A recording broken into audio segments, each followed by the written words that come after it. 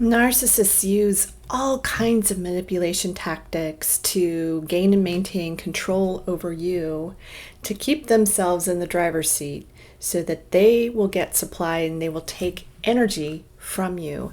If you haven't already seen my manipulation tactic videos, I have 35 of them right here on my channel. They're only a minute and a half each, so you can see a little bit more about the different types of manipulation tactics that narcissists use, and I could honestly make more than the 35 that I've already made. But in this video, what I'm going to be talking about are narcissistic parents and manipulation tactics that we see them using with their children. You see, a narcissistic parent will see their children as extensions of themselves.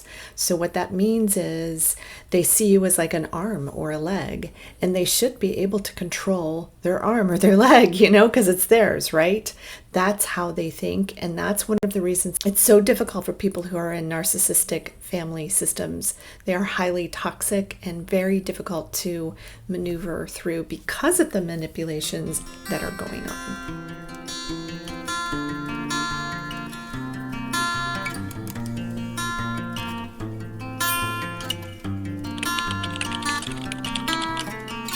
I'm Dr. Meg Haworth. I'm a transpersonal psychologist, a holistic nutritional chef, and best-selling author of Get Well Now, Healing Yourself with Food and the Power of the Mind. I help people who have been through narcissistic abuse or sexual abuse as children, and I help them with how they're storing that energy in their body, helping them to release the energy so that they have more energy available to them to be able to get well, to heal illness, to heal pain, but also to just run a life that is based on themselves, a life that you really want to live. So like I said in this video, I'm going to be talking about 5 manipulation tactics, these top ones that I see in my practice all the time that narcissistic parents use with their children. And the first one is telling lies. And they do this for one big reason, and that's to keep people divided. So what they may do is that narcissistic parent may tell one sibling one story and the other sibling another story. And they're usually incredible stories that are awful. Like she said this about you, or she did that about you, or she thinks this about you. And so basically it's like gossiping, and it's telling the sibling, or it can be a neighbor, it can be a friend, somebody close in typically that they find are easy to manipulate or to control, or that won't question their stories. Or when you're in the sibling relationship, you're afraid to question the stories because of the fallout of the narcissistic rage that happens when you do start questioning their stories. So again, that narcissistic parent is trying to keep those kids divided. They keep them in a competitive state with each other, or in competition with the narcissist in some way, because that's how they see relationships, is as competitions, and somebody's got to be winning all the time. So the narcissist is the one who has to win. So when they start telling these stories to the siblings or to anyone in their sphere, basically, they're going to be opposite versions of the story so that they don't talk to each other. They get mad at each other. And basically it all came from the narcissistic parent who's trying to keep control of the situation. Narcissistic parents will lie in all kinds of ways. They're often having extramarital affairs, and that requires lying and hiding. A lot of times they're acting like they're very pious and upright and good people to the public, but when they're in front of you in the home, it's a completely different person that you're getting. And so it becomes extremely confusing when you have these messages from your own parent, and when you see them in their lies, and when you catch them in their lies and you point them out, because a lot of the truth-telling ones in the family are going to point out, you lied about this. They will not take responsibility, and it will be so much harder for you. You'll become the scapegoated child, definitely, if you're treated like that, or you may become the invisible child because, you're not supposed to say anything, so I'm going to treat you like you don't even exist. It's a horrible, horrible thing that narcissistic parents do to their children. So the next thing that narcissistic parents will do on a regular basis is they will use criticism. And they use criticism to stay in control, to belittle and shame the children. And particularly, they'll focus on the smartest kids that might see what their game is, the ones who they're jealous of. The parent is actually jealous of that child because they're better than them at something, or they may see the truth and point it out. They are doing something that the narcissistic parent doesn't approve of, like they have some sort of interest or something that they don't approve of. So those kinds of things can really put that kid in that scapegoat role, can also put them in that place of feeling like they're less than, not good enough, they don't measure up, they don't ever get it right. And that will cause the child of a narcissist to ruminate a lot and also be hypervigilant to try to figure out, how am I supposed to get this right? Even when they're told, like, this is how you're supposed to do this thing, and they do the thing the way they're told to do the thing by the narcissistic parent, they're going to be belittled and shamed and criticized for doing the thing because they got it wrong again. So that kind of thing happens over and over and over again in a narcissistic family system. And it is painful for the children who grow up with narcissistic parents because they're not able to see themselves clearly, because they're not really ever drawn out by this parent. As in their talents, their skills, their abilities are not drawn out unless it benefits the narcissistic parent. So that becomes, then that also becomes a game, a competition, and something that you're supposed to win at in order to feel better. So criticism is a huge piece of the narcissistic manipulation tactics that parents will use to try to keep in control of their children and try to keep the upper hand at all times. The third manipulation tactic that I see narcissistic parents using with their children is gaslighting. Now, gaslighting is not just lying and creating stories. Gaslighting is a way to make their targets question their sanity and doubt their reality. And they do it in all kinds of ways that are sometimes subtle and sometimes overt. One thing that they might do, for instance, is say your parents like, okay, hey, we're going to go out to dinner tonight. You get to choose the restaurant. And then so you choose the restaurant, you're excited, you're going to go out for Chinese food.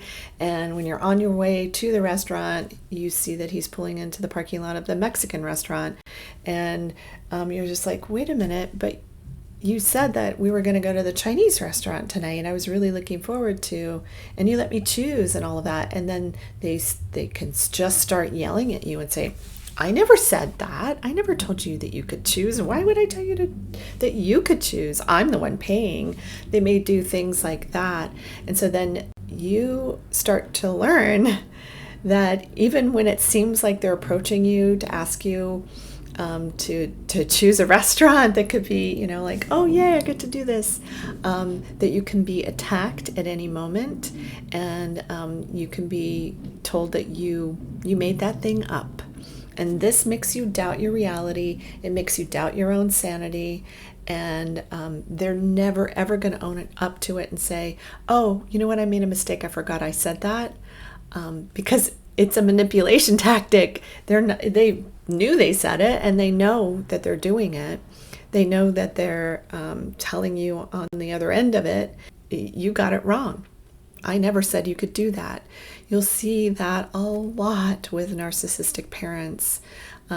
There's just different things that they say often, like, oh, you're just too sensitive, all sorts of ways that they try to slam you and make you think that you're wrong, that your reality is bad and that you're a bad person. They literally will treat you in this particular way, and it is a narcissistic manipulation tactic that is very, very difficult to understand, certainly, because you're never going to understand it, but it's very difficult to live in a family system where you have a parent that's constantly making you think that you're unstable, you're the problem, and you got it wrong, and that your reality is not the truth, when in fact it's the other way around. The fourth common manipulation tactic that I see narcissistic parents using with their children is blaming and shaming.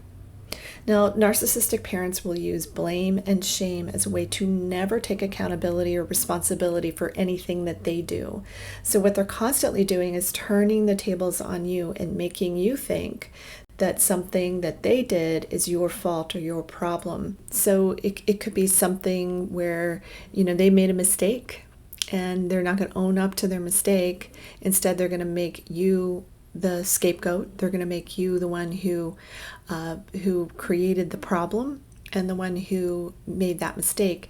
And that in and of itself makes you feel ashamed, because here you are being blamed for something you didn't do. You're questioning your reality, so that's like a form of being gaslit. And you're doubting yourself, and you're also probably at this point beating yourself up because why didn't I see that coming? I got this wrong again. It wasn't, and then you start to think that everything's your fault, and you start to take responsibility for absolutely everything before it even ends up being those tables get turned on you, because they're going to be turned on you or turned on somebody in the family system. And often those tables are turned on the same person over and over and over again, but this role can shift based on what it is that's going on and if it's an interaction you're having directly with the narcissistic parent. So blaming and shaming, and here's the shame part, is that you'll feel ashamed that you got it wrong again, that you're in trouble again, that you're being blamed again. How do I make this not happen the next time? But the problem is you can't not make it happen the next time. There's not a way for you to make this better or to do preemptive strikes of things like this, because a lot of times they just happen out of the blue. You don't know when they're going to happen. Sometimes you can kind of see it coming, but and because you're hypervigilant, you're always worried about, what am I going to say now? What am I going to do? Here's the list of things I can't talk about, because if I start talking about them and I don't have the same opinion as this narcissistic parent, then I'm going to get shot down. So you're not allowed to have your own sense of self and your own identity. And it's a really horrible thing that narcissistic parents do to their children. And a lot of that comes from that blaming and shaming cycle, because it is a cycle. You've probably heard me say this before, but narcissistic parents, it's a shame-driven disorder. So they're constantly projecting their own shame onto everyone else around them, because they refuse to feel their own shame, to work through their own shame, and to touch their own shame. So it's a source of shame that they are not gonna work through and not gonna admit to. So therefore it has to be somebody else's problem and not theirs. The fifth manipulation tactic that I see a lot with narcissistic parents is love bombing. Some people that I work with say that, oh my gosh, they never love bomb me. They were never nice to me. That happens a lot with covert narcissists. Grandiose narcissists are more likely to put people through the whole love bombing things, but not always. I mean, it's something that's definitely a narcissistic trait, where they're suddenly going to be so nice to you and hey, do you want to go shopping? Hey, do you want to go to dinner? Hey, so they're trying to buy their way into your good graces, and they're using that as a way to manipulate you so that they can get something from you. The sooner that you realize that this is what they're doing, the better off you're going to be, because you're going to be able to know that that's what's happening, and you're going to be able to kind of look around and go, okay, well, could they be love bombing me because of this thing? It's exhausting, honestly, but it's also incredibly confusing, because what this creates is cognitive dissonance. And so you have this person who has been so nice to you over here, and they're just so good to you, all of a sudden showering you with gifts, paying for your education, doing these things, but there's always a string attached, many strings attached. There's actually giant cords attached to these kinds of relationships, and they make it that way. So you've got this nice person, and then you've got this horrible person who will criticize you and shame you and blame you and abuse you. You are an abused person, And it's this cycle of the love bombing and then the criticizing, the blaming, the shaming, all of these tactics that I've been talking about in this video, and you thinking that you're a bad person because you're the one at fault, you're the problem. What they're doing is projecting their own inner life. Their own inner life is they're the bad person. They know they're the bad person. They're not going to own they're the bad person, so you have to own it for them. So you're taking on that emotional relationship. You're taking on that having to process their emotions for them because they're not going to do that for themselves. So it's a giant burden that a narcissistic parent is putting upon their own children to carry the relationship, basically. And you'll be constantly confused. And this is what causes that trauma bond, is that dopamine hit where, oh my gosh, that feels really good. It's a really high high. And then there's the really low low of how it feels to be criticized, how it feels to be blamed, how it feels to be shamed, how it feels to be belittled, how it feels to be gaslit and lied to and pit against people that are your family or family friends because they're out there tearing you down to everyone else. So if this information is resonating with you and you feel like you would like to book a free call with me to see if maybe I might be a good fit to work with you, I do work differently than traditional psychotherapists. I'm very well versed in narcissistic abuse, but I also help you with releasing the energy from your body that you've been holding from this experience. So it's really a holistic process that I do with my clients using my whole person integration technique to help you let go of that energy so that you can feel more calm, have more energy, and have more an understanding of your own identity and who you are and who you were meant to be. So if you haven't already done this, please like and subscribe this video, subscribe to my channel, and look, there's just tons and tons more videos. There's hundreds of videos here for you to be able to learn about narcissistic abuse, to learn about how to heal from it holistically, to learn about food and how that helps you heal the body, and also to learn about intuition and how that helps you with self-trust and trusting others. So I'm Dr. Meg Haworth. I thank you so much for watching this video, and I hope that this information will help you get well now.